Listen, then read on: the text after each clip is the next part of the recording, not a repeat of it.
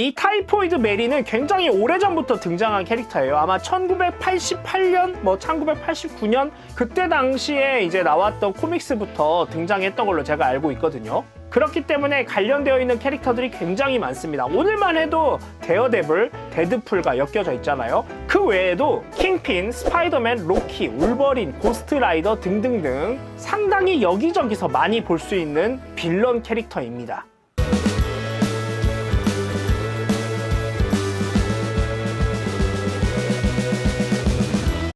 여러분 안녕하세요. 반갑습니다. 롤입니다.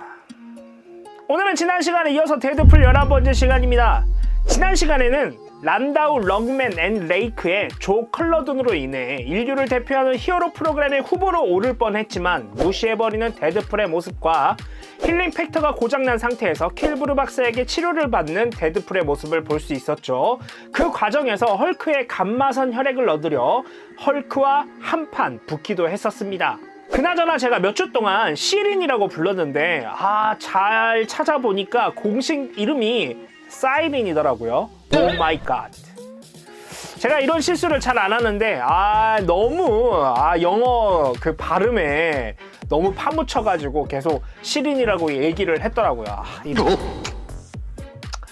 사이린입니다. 사이린. 네, 오늘부터는 사이린이라고 얘기를 하도록 하겠습니다. 오늘은 지난 시간에 이어서 킬브루 박사와 아직 해결되지 않은 그 뒷이야기를 할 거고요. 또 새로운 인물이 등장을 합니다. 바로 타이포이드 메리라는 인물이 등장을 하거든요.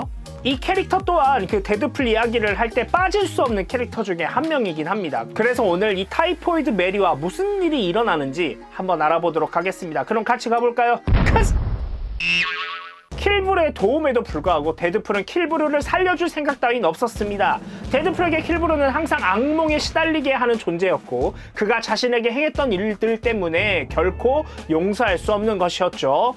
데드풀은 킬브루를 죽이기 전에 사이린을 보내려고 했지만 그녀는 데드풀을 막으려 다시 돌아왔습니다. 사이린은 데드풀 안에 훨씬 더 나은 사람이 있을 거라 믿고 있었죠. 데드풀은 사이린에게 이 자리를 떠나라고 말하지만 사이린은 데드풀을 막는 것을 포기하는 대신 킬브루를 죽이려면 자신 앞에서 그 일을 해야 한다고 주장하며 떠나기를 거부했습니다. 데드풀은 마침내 마음을 누그러뜨렸고 킬브루를 살려줍니다. 그리고 사이린과 함께 그곳을 떠나죠. 데드풀은 그녀에게 친구 이상의 관계가 될 수 있냐고 용기 내어 물었습니다. 사이린은 현재 엑스포스의 브리더였고 자신의 역할에 전념하고 있었기 때문에 자신이 연애를 할 시간이 없다고 말을 하죠. 하지만 사이린은 여지를 남길 만한 의미심장한 말을 남겼고 그것만으로 데드풀은 충분했습니다. 데드풀은 사이린의 믿음을 얻기 위해 살인을 멈추기로 결심을 합니다.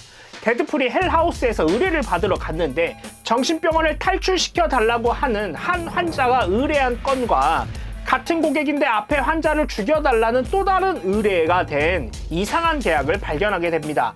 데드풀과 위즐은 환자를 탈출시켜주기로 결정을 하고 첫 번째 비용만 받기로 합니다.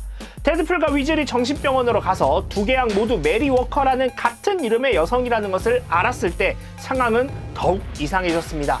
이노센트 메리는 자살 충동을 느껴 자신의 다른 성격을 드러내기보다는 죽기를 원했지만 타이포이드 메리는 탈옥할 방법을 찾고 있었습니다. 한편 남자를 싫어하는 블러디 메리는 데드풀을 죽이기 위해 여성 암살자 뱀프 애니머스를 고용한 상태였죠. 데드풀이 애니머스를 무찌르고 그녀를 죽이려고 하는 것을 거부했을 때 메리와 블러디는 타이포이드만 남기고 사라졌습니다. 타이포이드는 돈이 있다고 거짓말을 했고 돈을 주는 대신 데드풀을 죽이려고 했습니다. 하지만 데드풀은 그녀를 간단히 막았고 그녀를 헬하우스로 데려가 패치를 위해 일을 함으로써 그에게 진 빚을 갚을 수 있게 했습니다. 그리고 데드풀은 순진하게도 타이포이드가 그녀의 삶을 되찾을 수 있게 도울 수 있을 거라 믿었는데 사이린이 자신에게 그랬던 것처럼 자신도 할 수 있을 거라 믿었던 거죠. 티레이는 이것을 약점으로 보았고 헬하우스에 있는 데드풀에게 공개적으로 맞섰습니다. 그리고는 데드풀의 가면에 불을 붙였고 데드풀은 겁에 질려 도망쳤죠. 그러면서 그의 진짜 얼굴이 모든 동료들에게 노출되고 말았죠. 데드풀은 타이포이드가 데어데블을 죽이려고 뉴욕으로 가는 것에 함께 동행하기로 합니다. 데드풀은 타이포이드를 구원할 생각을 계속 갖고 있었지만 이미 그녀에게 푹 빠진 상태였습니다. 놀랍게도 그녀의 텔레파시 능력은 주변의 남자들을 혼란스럽게 만들거나 중독되게 만들었는데 데드풀 또한 그런 상태였던 거죠.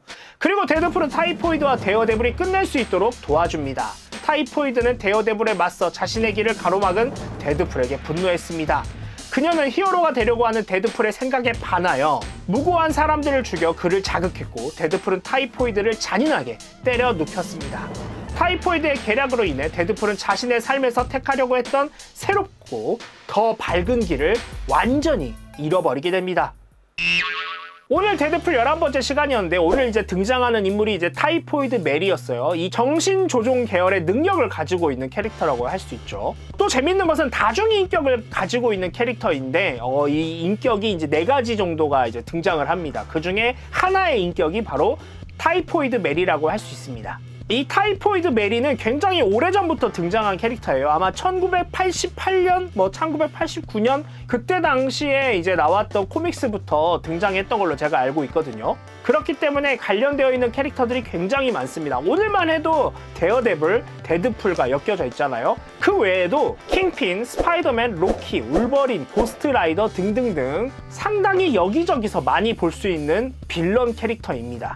이 타이포이드 메리 말고도 또 다양한 인격들이 존재를 한다고 했잖아요. 이 다중인격, 다른 인격들도 또 다른 초능력들을 가지고 있거든요.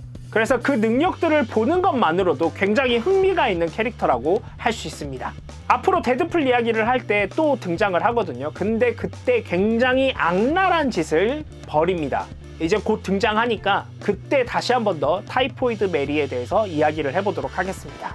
데드풀과 울버린의 이제 파이널 예고편이 떴습니다. 전에 이제 나왔던 예고편들에서 볼 수 없는 새로운 영상들이 이제 등장을 했거든요.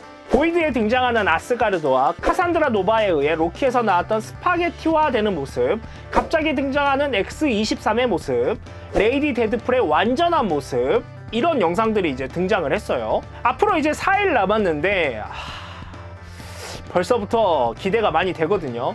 최신 뉴스 기사들을 보니까 이 본 영화에서 더 많은 캐릭터들이 등장을 한다고 합니다. 그것만으로도 굉장한 기대감을 갖게 하는 영화이지 않나 라는 생각이 들어요. 그래서 전 오늘부터 이 데드풀 그리고 로건, 엑스맨까지 정주행을 다시 시작해 보려고 합니다. 가자! 이제 다음 주가 개봉이니까 다음 시간에는 아마 영화에 대한 이야기를 할 수 있을 것 같아요. 그래서 더욱 풍성한 이야기를 가지고 다시 돌아오도록 하겠습니다.